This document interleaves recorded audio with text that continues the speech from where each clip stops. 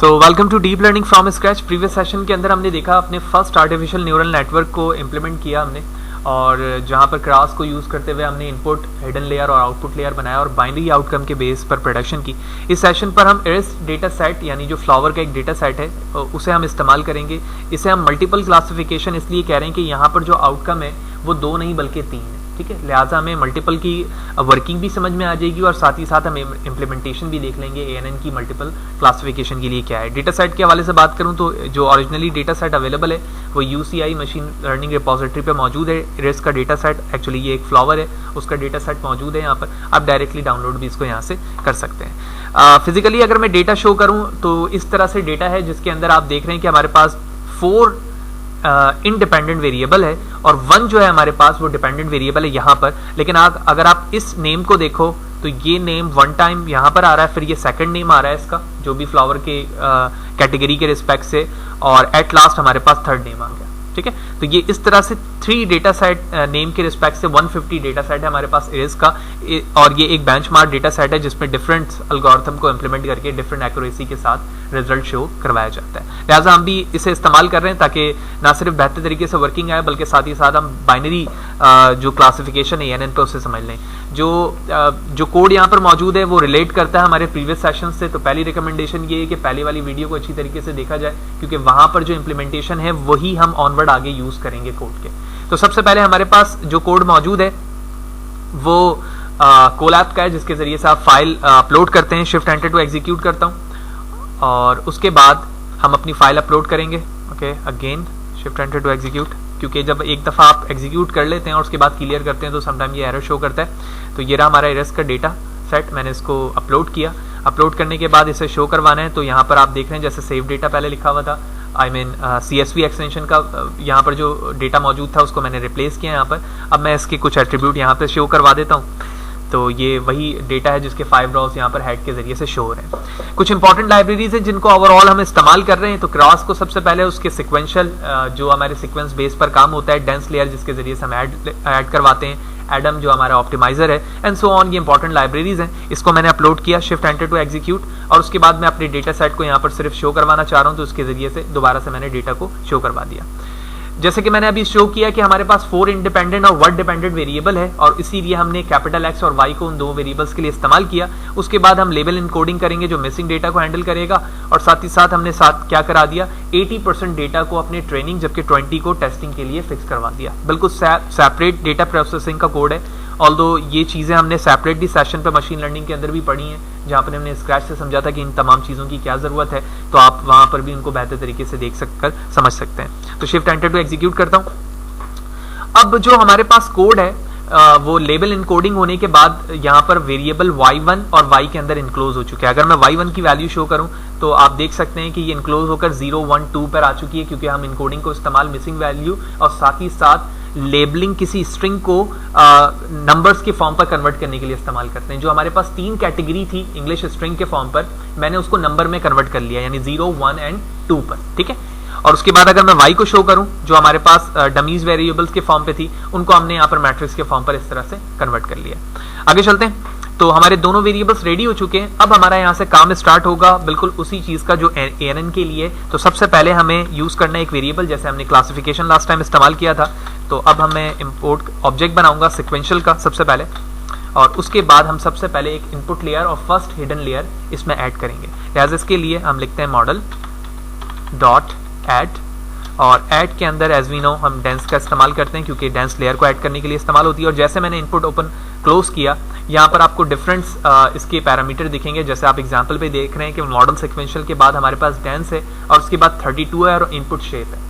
अगर आप नीचे कमेंट पे पढ़ें तो लिखा हुआ है now the model will take an input array of shape static 16, ठीक है, यानी different numbers of rows and 16 number of the column, ठीक है, क्योंकि हमने मैट्रिक्स में कन्वर्ट कर लिया है अपने, ठीक है, y1 को, ओनली y को जो मैं दिखा चुका हूं। तो अब जो हमारा डेंस लेयर बनेगा उस रिस्पेक्ट से मैंने कहा 4 हमारा क्या हो गया, आउटपुट लेयर हो गया, और उसके बाद हमने इनपुट शेप को यहाँ पर कॉल करना है जैसे कि आप पैरामीटर पे भी देख रहे हैं। तो मैंने लिखा इनपुट अंडरस्कोर शेप और इसकी वैल्यू दे दी मैंने 4, ब्रैकेट क्लोज, ठीक है। तो ये उसी फॉर्म पर चला गया जो वहां पर 16 स्टैटिक या फिर स्टैटिक 32 के फॉर्म पर एग्जाम्पल पे शो हो रहा था इंटेलिजेंस में। तो फर्स्ट इनपुट लेयर और हिडन हमारा रेडी हो चुका है। अब हम आउटपुट के लिए काम करेंगे, लेकिन वाज़ेह है यहाँ पर एक चीज हमारी मिस हो रही है और वो है एक्टिवेशन फंक्शन। तो मैं एक्टिवेशन फंक्शन भी एक्ट करवा देता हूं। तो एक्टिवेशन हम यहाँ यूज करेंगे रेलो, ओके। उसके बाद हम डायरेक्टली 1 ही इनपुट लेयर लगते हैं, क्योंकि हमारे पास इतना कोई बड़ा डेटा सेट मौजूद नहीं है, 150 रॉस का है, तो 1 ही हिडन लेयर काफी है। सेम लाइन को कॉपी करते हैं आउटपुट के लिए और नीचे आने के बाद मैंने इसे पेस्ट किया। अब यहाँ पर जो जिन चीज़ों की ज़रूरत है, सबसे पहले एक्टिवेशन पर मुझे क्या लिखने की ज़रूरत है, softmax. As we know कि हमने जब एक्टिवेशन फंक्शन पढ़ रहे थे तो वहाँ पे मैंने बताया था कि जब हमारे पास मल्टीपल क्लासिफिकेशन होता है तो वहाँ पर हम सॉफ्ट मैक्स एक्टिवेशन फंक्शन का इस्तेमाल करते हैं। बाकी जो चीज़ें हमारे पास वो इनपुट शेप की हमें कोई ज़रूरत नहीं है।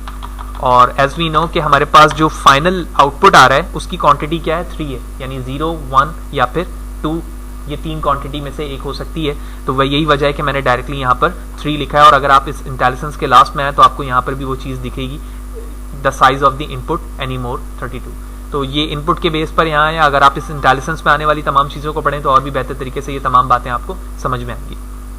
तो हमारी ये चीज़ रेडी हो चुकी है, यानी हमने sequential model based object create किया, इनपुट लेयर हिडन बनाया रेलो को यूज करते हुए, और जहां पर हमारा फाइनल आउटकम आ रहा है वहां पर सॉफ्टमैक्स को इस्तेमाल कर रहे हैं, क्योंकि वो प्रोबेबिलिटी बेस्ड डिसीजन लेगा कि किसकी प्रोबेबिलिटी ज्यादा है कि वो क्लास 1, 0 या फिर 2 से बिलोंग करता है। Let's see, shift enter to execute and it's now ready.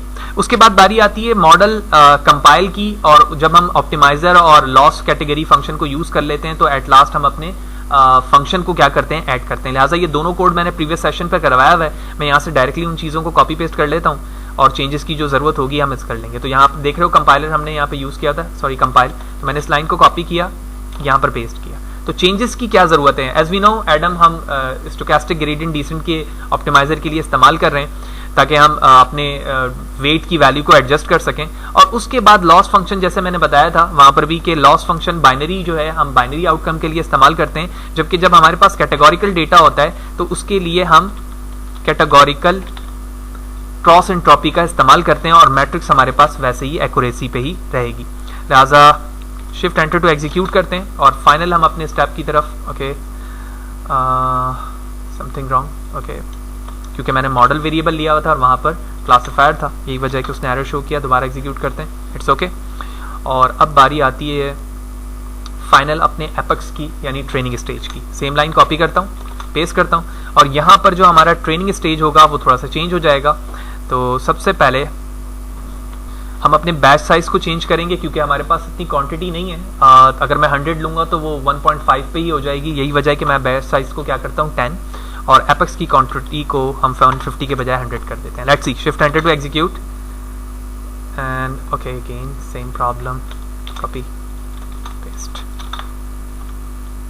Okay now it's going on different epochs and now you can see that the accuracy is going on, और लास्ट एक्यूरेसी हमारी 90s और 80s के दरमियान रह रही है। यहाँ पे 2 वेरिएबल का इस्तेमाल किया गया है ताकि हम y प्रोडक्ट और y टेस्ट की वैल्यू को एक वेरिएबल पे स्टोर कर सकें, और उसके बाद हम क्या करेंगे, कंफ्यूजन मैट्रिक्स और क्लासिफिकेशन रिपोर्ट के जरिए से इंडिविजुअल वैल्यूज की क्या देख सकेंगे, डिफरेंट यूनिट्स ऑफ वैल्यूज देख सकेंगे। कैसे, मैं शिफ्ट एंटर टू एग्जीक्यूट करता हूं, और हमारा जो फोकस कंफ्यूजन मैट्रिक्स है, ऑल्दो जो बेसिक चीज़ हैं वो भी यहाँ पर ज़्यादा अप्रोप्रिएट है, जैसे प्रिसीजन रिकॉल जो कि हम मशीन लर्निंग पर ऑलरेडी पढ़ चुके हैं। और अगर मैं यहाँ पर क्लासिफिकेशन से अपनी एक्यूरेसी की बात करूँ इस मॉडल के रिस्पेक्ट से, तो अब हम प्लस करेंगे 12 + 5 + 8, ठीक है, क्योंकि ये जो हम इस वक्त काम कर रहे हैं, यानी जिसके बेस पर हमारा आउटपुट आया है वो ट्रेनिंग के बाद टेस्टिंग के डेटा सेट पर आया है, ठीक है।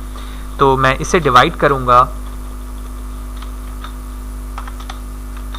ओके, तो हम इसे डिवाइड करेंगे, टोटल जो यूनिट्स हमारी 30 है, वाज़ेह है यहाँ 5 है तो उसको हम सही कर देते हैं। तो 12, 5 और 8 जो डायगोनल है, हम मशीन लर्निंग पे क्लासिफिकेशन के अंदर ये पढ़ चुके हैं कि कन्फ्यूजन मैट्रिक्स 2 से ज़्यादा भी हो सकते हैं, 2 डायमेंशन से, आई मीन जो सिर्फ 2 कैटेगरी की होती है उससे कैटेगरी ज़्यादा भी हो सकती है, जैसे 3 है तो यही वजह है कन्फ्यूजन मैट्रिक्स में 3 रॉज एंड 3 कॉलम है। उस रिस्पेक्ट से 12, 5 और 8 हमारी राइट है, और जो 5 है वो रॉन्ग पे है, तो ओवरऑल वैल्यूज 30 है, और जब हम इसे कैलकुलेट करेंगे तो हमें टोटल एक्यूरेसी का पता चलेगा। तो इस वक्त इस डेटा सेट पर हमारी जो एक्यूरेसी है टेस्टिंग पे वो 83 की है। तो इस तरह से हमने इस सेशन पे एक इम्पॉर्टेंट कॉन्सेप्ट को देखा जो कि क्रॉस लॉस फंक्शन के साथ था, और साथ ही साथ एक बेंचमार्क इरेज डेटा सेट के अंदर हमने इस कॉन्सेप्ट को जाना कि ANN हम इस पे किस तरह से अप्लाई करेंगे, और साथ ही साथ हमने ये देखा कि जब हमारे पास बाइनरी आउटकम के अलावा चीज़ें होती हैं तो हम क्रॉस के जरिए से उसे किस तरह से हैंडल करते हैं। और सबसे इंपॉर्टेंट चीज़ हमारे पास यहाँ पर है कि हमने किस तरह से अपनी डेंस लेयर को हैंडल किया